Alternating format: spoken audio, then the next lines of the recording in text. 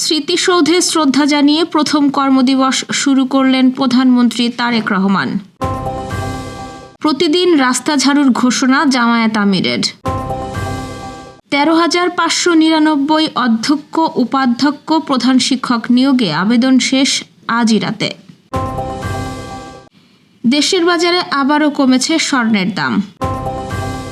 প্রকাশ্যে মাছ মাংস বিক্রি বন্ধ হচ্ছে ভারতের বিহারে। গণপরিষদ নিয়ে সংসদের সিদ্ধান্ত নেবে বিএনপি, সংস্কার বিরোধী পদক্ষেপ বলছে জামায়াত। টানা 3 জয়ে শেষ 4 টাইগ্রেসরা, সামনে পাকিস্তান। দর্শক, শুনছিলেন দিনের খবরের প্রধান শিরোনাম, এবার বিস্তারিত। তার আগে আমাদের ইউটিউব চ্যানেল সাবস্ক্রাইব করুন এবং সব খবর পেতে ফেসবুক পেজ ফলো করে রাখার পাশাপাশি ওয়েবসাইট ভিজিট করুন। রাজধানীর সাভারে জাতীয় স্মৃতিসৌধে মুক্তিযুদ্ধের বীর শহীদদের প্রতি শ্রদ্ধা জানিয়েছেন নবনির্বাচিত প্রধানমন্ত্রী তারেক রহমান। আজ বেলা 11টায় প্রধানমন্ত্রী ও মন্ত্রিসভার সদস্যরা জাতীয় স্মৃতিসৌধে পুষ্পস্তবক অর্পণের মাধ্যমে শ্রদ্ধা নিবেদন করেন। পরে সেখানে পরিদর্শন বইয়ে স্বাক্ষর করেন দেশের 11তম প্রধানমন্ত্রী। স্মৃতিসৌধ প্রাঙ্গণে বৃক্ষরোপণও করেন তিনি। স্মৃতিসৌধে শ্রদ্ধা নিবেদনের পর নতুন প্রধানমন্ত্রী ও মন্ত্রিপরিষদের সদস্যরা সাবেক রাষ্ট্রপতি জিয়াউর রহমান ও সাবেক প্রধানমন্ত্রী খালেদা জিয়ার কবর জিয়ারত করেন। ফজরের নামাজের পরই নেতাকর্মীদের সঙ্গে নিয়ে রাস্তা পরিষ্কার কর্মসূচিতে নামেন সংসদের বিরোধী দলীয় নেতা ও জামায়াত ইসলামীর আমির ডাক্তার শফিকুর রহমান। আজ রাজধানীর মিরপুরের মণিপুর এলাকায় এই কর্মসূচি পালন করেন তিনি। জামায়াতের ভেরিফাইড ফেসবুক পেজে এই সংক্রান্ত কয়েকটি স্থিরচিত্র ও ভিডিও প্রকাশ করা হয়েছে। ভিডিওতে দেখা যায় ফজরের পর নেতাকর্মীদের সঙ্গে নিয়ে রাস্তা পরিষ্কারে নেমেছেন জামায়াত আমির। এ সময় তিনি ঝাড়ু দিয়ে রাস্তার আবর্জনা পরিষ্কার করছেন। সঙ্গে থাকা নেতাকর্মীরা পলিথিনে আবর্জনা তুলে নিচ্ছে। এভাবে প্রায় 15 থেকে 20 মিনিট পরিষ্কার পরিচ্ছন্নতায় ব্যয় করেন ডাক্তার শফিকুর। ভিডিওতে জামায়াত আমিরের সঙ্গে ঝাড়ু হাতে ঢাকা মহানগর উত্তরের আমির মোহাম্মদ সেলিম উদ্দিনকেও দেখা গেছে। কর্মসূচির সময় জামায়াত আমির বলেন, আমরা রাষ্ট্র সংস্কারের মাধ্যমে দেশের সব ধরনের আবর্জনা দূর করতে চাই। আমরা একটি পরিচ্ছন্ন দেশ গড়ব।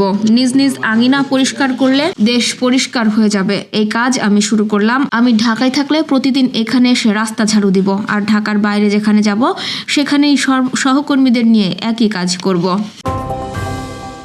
বেসরকারি শিক্ষা প্রতিষ্ঠানে বড় পরিসরে শিক্ষক নিয়োগের সুযোগ শেষ হতে যাচ্ছে আজ।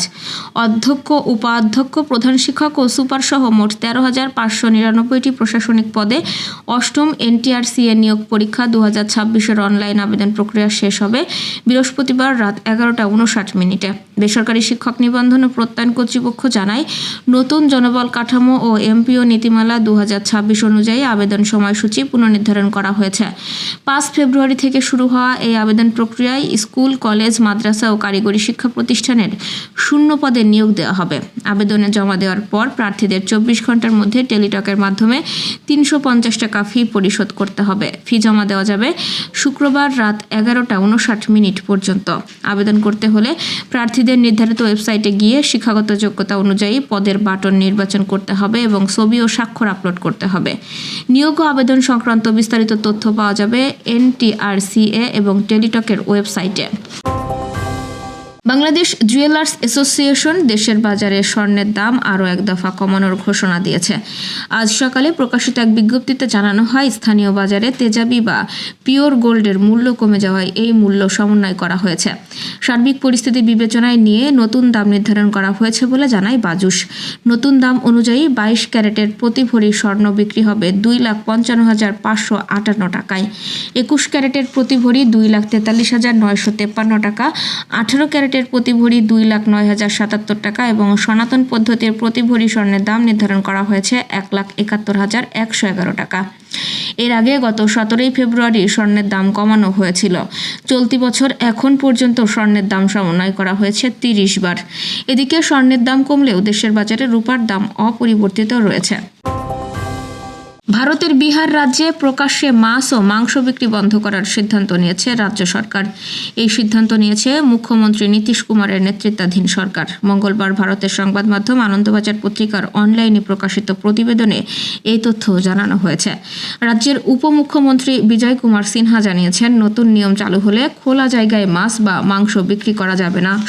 এর আগে 2025 সালে উত্তরপ্রদেশে ধর্মীয় স্থানের 500 মিটারের মধ্যে মাংস বিক্রি বন্ধ করেছিল যোগী আদিত্যনাথ সরকার। এই সিদ্ধান্তকে সমর্থন করেছেন কেন্দ্রীয় মন্ত্রী গিরিরাজ সিং।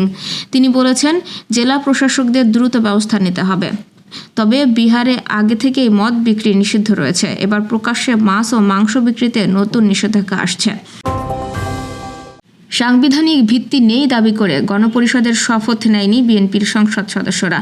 সরকারি দলের নেতারা বলছেন, জুলাই সনদ বাস্তবায়নের বিষয়টি নির্ধারণ হবে সংসদে।